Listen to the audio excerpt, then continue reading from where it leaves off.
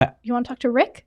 I would. I feel like it's kind of on brand with where we're at. Yeah, perfect. We also have a antinatalist, but I feel like there won't be a lot of pushback. At this point, antinatalism is a fascinating topic for me, but I think it's kind of played out at this point. We should give it some room to breathe. Yeah. So thank you for calling in. If you want to call in about something else next week, absolutely, you're welcome to do that. Yeah, but in the meantime, Rick in Washington wants to know what the threshold is for religious extremism, and is it moral to try and intervene in extremist beliefs? That's really interesting. Rick, welcome to the show. Hey, thanks for having me. Absolutely. Okay, so what do you think is the threshold for religious extremism? That's a really good question. I've been trying to think about that the whole time I was on hold, and I guess I'm not really sure. I know things that are extreme. I agree with a lot of what the previous caller said. I think that believing in flat Earth is pretty extreme. I don't know if I would consider that a religious extremist. I guess we'd have to define the term, but I guess I'm kind of wondering, what is the least kind of extreme thing that would consider to think of someone as an extremist? Does that make sense? Yeah. And this is such a tricky subject for me because I know that I'm going to be out of way off in the outfield here on this one. I have my opinion, but it's not really helpful at this point, I don't think.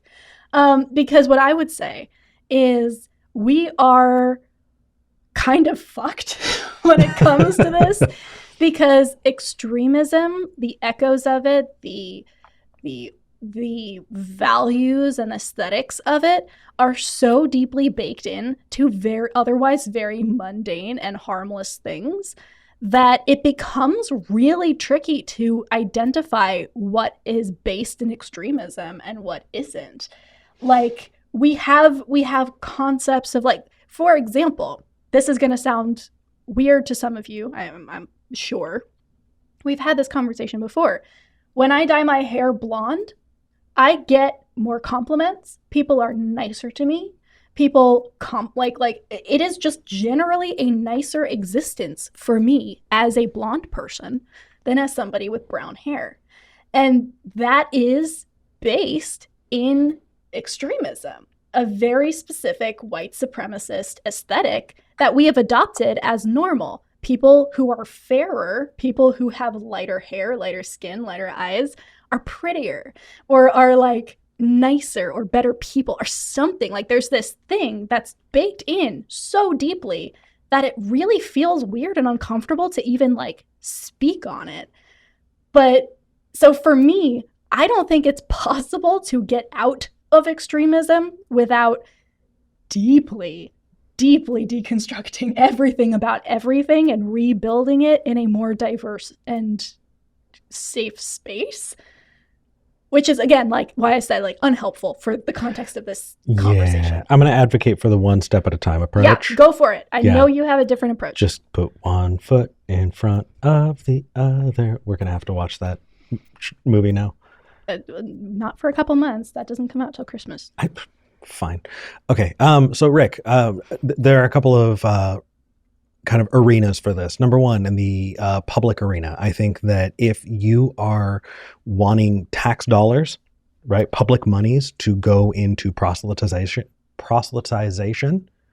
that is an unacceptable threshold where extremism is something that I'm going to push back fervently with. In Texas right now, here where we live, schools are being required to put up a sign that says, "In God we trust." There are schools out here that are just having baptisms for the kids in public school, right? Kids coming home and being like, "Hey, I'm a Christian now. I got baptized," parents, right? That is fucked. That is deeply fucked. And I'm deeply against that. So anytime that you have that, if you have tax dollars going into religious Christian monuments, things like that. I'm deeply, deeply against that. That is the threshold that I think that we can all get behind, because I also would be against a Muslim statue or, any other type of thing that's going on like that, that is legitimizing one religion over another. When it comes to the personal arena, I think that if someone is only willing to be a family member or a friend, if you take on the tenets of their religion, that is extremism. That is a threshold that I'm not willing to cross. If you have kids and your parents are being like, well, I'm only going to be a grandparent if I get to indoctrinate your children into my faith, that is extremism. That is extremism. That is a threshold that I am not willing to cross. That is a threshold that I would fight for, right? You have the right to raise your children in an environment that doesn't have that there. If you have a coworker who thinks that they have the right to harass you or shame you or make your lack of belief something that is a joke at the workplace, right? Or a boss, worse off, right? Who does that? Who makes you feel like you can't say, oh, I'm not a believer. Instead, when they come through and they go, oh, well, I'm raising money for the church, and they're your boss, there are a lot of people who feel like, oh my gosh, no, I have to donate money to this church. Otherwise they're going to see and out me as a non-believer. That's fucked. That is a threshold. That is very clearly a line that I think that we should not be going past, right? The idea that, the freedom from religion is a level ground where all other faiths, all conflicting ideas and viewpoints can be equalized, where you can it sound like you wanted to say something. Or it looks like I want to throw a wrench in this just pedantically. What's up? Am I using threshold wrong? No, you're fine. Okay. My question though is, in the last call, we advocated for mocking people for stupid beliefs. And now you're saying that making fun of somebody for being a non-believer is extremism. So where are you drawing that line between, I get to mock people for things I disagree with, but you don't get to mock me or else it's extremism? Sure. So the boss thing, I think, is a power dynamic Boss issue. thing, power dynamic for sure. So, we can put that on the shelf. If somebody is like, I think the workplace is just not a place for that. So don't mock flat earthers at your workplace either. No, not really. Okay, cool. That was my only question. Yeah. Like when it comes to work, Proceed. if you're just going like, that's something for HR to deal with. Like, I honestly don't think the workplace is a place to mock people. Okay. Generally. Cool. I agree with you. I just wanted to know what the common denominator where the was line, there. Cool. Rick, so we went over public, we went over personal relationships. When it comes to... May I interject? Hit me. What do you got? So I definitely agree with you as far as all of those examples. I think those are, I don't want to say obvious, but I guess what I'm getting at is I definitely mean for more personal. Ooh, okay. Like let's say a loved one. Mm-hmm. You are very close to a couple, and one of them wants to teach the child something religious. Okay. At what point? What teaching does that become extreme? Is teaching the child that Jonah literally lived inside of a fish for 3 days, is that extreme? And if it is, do you say something to one of them? Got it. I'm talking about people you're very close to, and if that's not extreme, at what point does it become extreme? It doesn't necessarily have to be about a child, but I feel like that was... I think the example I thought of. No, that's a really helpful clarification. I think we both missed that initial component. So what I would say is, as soon as it becomes a situation where they are actively excluding others in whatever form, that is a big red flag for me.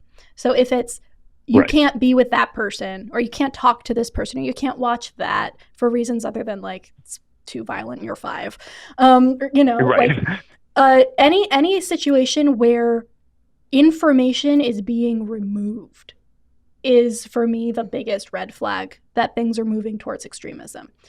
If somebody wants to teach their kid something, like, okay, as somebody who is neither the parent nor the child, that kind of is not something we can do anything about. If that person then starts removing that child from things or isolating them or not allowing them to Well- engage with other information, that becomes an issue where other people who care about that child may want to step in.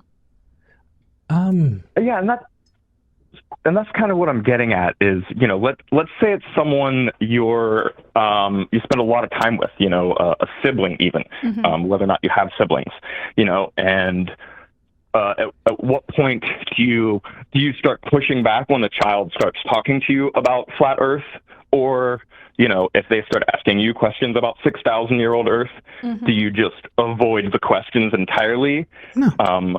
I think I'm trying to, from a moral perspective, I don't think that I should interfere in other people's parenting or lives in general unless, I'm preventing harm or preventing them from harming others, etc.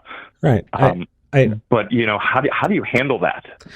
If someone's going to be mad at you for being honest about talking about yourself, if they wanted to talk to you about flat Earth and you said, I actually don't believe that the Earth is flat, then I think that's fine. But personally, I think that what I would wrap this entire conversation in is if you have the opportunity to, and I know it is a privilege, but if you have the opportunity to talk to a therapist about it, the delicate trappings of interpersonal relationships is one that is so varied that any answer that I could give is entirely based on the interpersonal relationships that I have with people that I know. And for some people, maybe tiny, tiny changes that is a nothing burger for everybody else could be a really big deal for that group because of their unique circumstances. Yeah. And because of that, I think that instead of necessarily going, well, this is extremism and that isn't extremism when it comes to those personal relationships, working on where your lines are. You don't need us to legitimize those for you because they are where your lines are.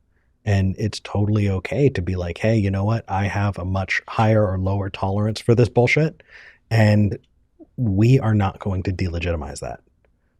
Wherever you need to be to have comfortable, healthy, positive relationships in your life, I feel like that's something that you kind of got to work out. And I'm not just talking to you on this one, Rick. I'm talking to everybody who's watching, because there are some people who think that they need to fit the atheist mold. Otherwise they're going to be out of the club, which is a viewpoint that a lot of us brought with us from religious, upbringings. But that's just not the case. Find what you need. And I advocate for you to do that. And I would support you in doing that. I really appreciate that. Thank you. Yeah. Absolutely. Thank you for calling in, Rick. This was a really good conversation, I think.